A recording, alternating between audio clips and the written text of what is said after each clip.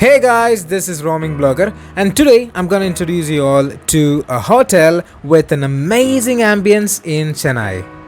Well, by now most of you might have been thinking what is the name of the hotel, where is this hotel, and don't worry, I'm gonna give you everything in detail, and this is none other than the Turyaa hotel, which is in Mahabalipuram Road, Chennai. We had the dinner from the rooftop restaurant, and the menu was specially curated by executive chef Anand and team.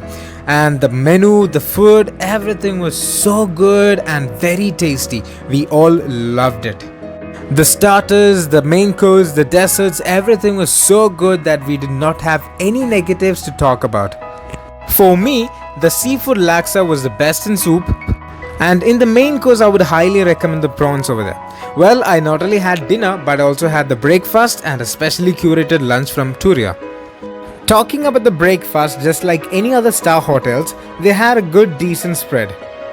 And now talking about the lunch, once again the executive chef Mr. Anand and team just rocked it. The lunch for us was also a specially curated menu, and the beef was so soft and tender, and all of the items which we tried was so good.